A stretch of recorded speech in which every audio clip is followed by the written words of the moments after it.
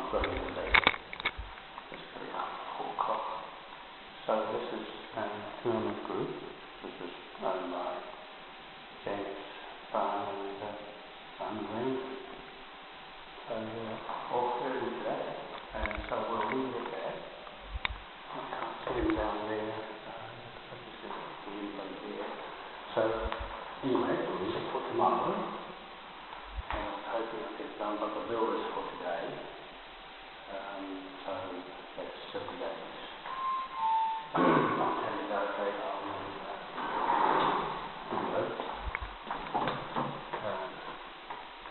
So now I'm pleased with the way things are going. It's a bit slow. And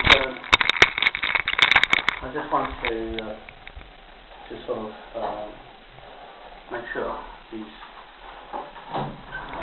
invoices are actually doing the right thing, which they are. And so,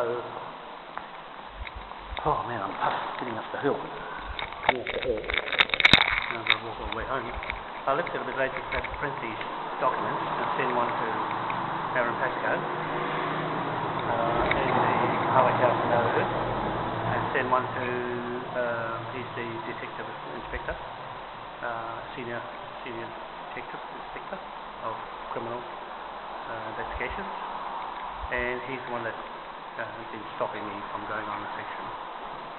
But I think they're a bit nervous now, and when they get this invoice, it's just like any other invoice. But the IRD, they'll come after you. But this is a legitimate one.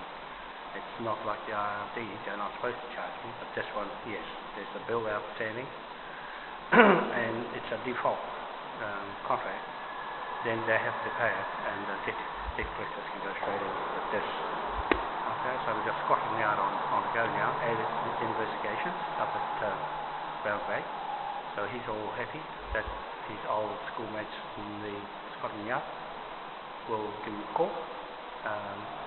Sir Bernard Hogan Howe, he's got a bit of trouble with his department with fraud and child molestation, all those sort of things going on.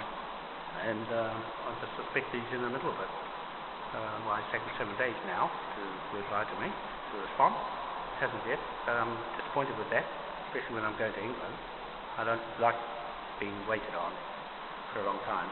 So tomorrow morning I'll be back fresh, because I had a bit of a rush today to get the invoice sorted out, because it's an automatic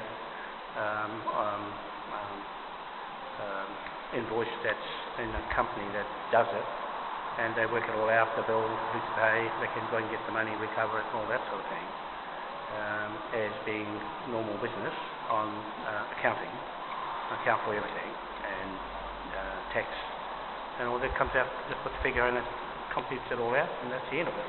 And then you can see who the contractors are to recover the money. And I could put this out to any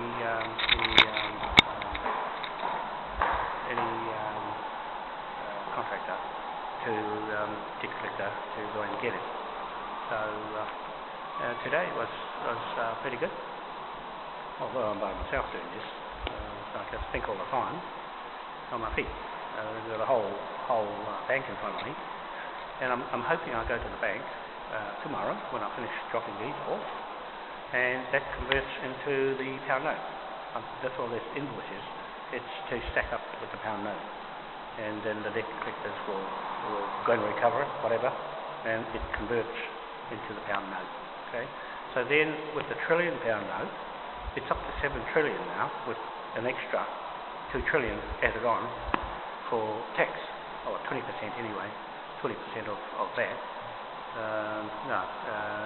Anyway, it's added up to 20% on top of 7 trillion now, so another 10 days and 17 trillion is what the Queen's 66 million acres of land in the world were. You see what I mean? It won't take long for this invoice to bill her and everything that's connected in joinder to her fraud, and as accessories to her fraud, down to the council, Auckland City Council, to her fraud, and then to the landowner there, Jamie Peters to his part of the fraud, and then to Douglas RIKARD-BELL to his fraud. He was the real instigator of the fraud, and then now it's gone and leaked onto these guys, James Brown and Simon Roundtree, and their tenants now are in the fraud, and now you've got the police in the fraud, the whole 15,000 of them in the fraud, the same fraud as the Queen, because the Queen's head's on those documents of title. They're talking about I'm the British titles, okay? They're the ones that put them there in the first place. So they've got a problem.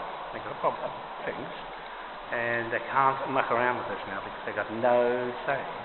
And even if I went to court, they would have very much trouble with the judge, because I asked the new station detective, criminal detective, inspector, Karen Malthus,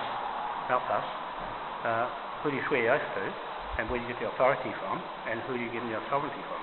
Those three questions. You can't answer it, you got it. They're only going on the law, the swear the oath to the law, whether it's bad or good. That's why I'm bringing the other law in, our own.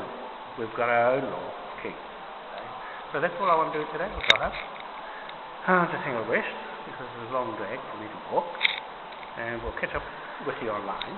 I've made another video, so we'll put that one on two videos, just to keep you up to the back speed of this. We've only got about 11 days left to go to London, Jamie and I.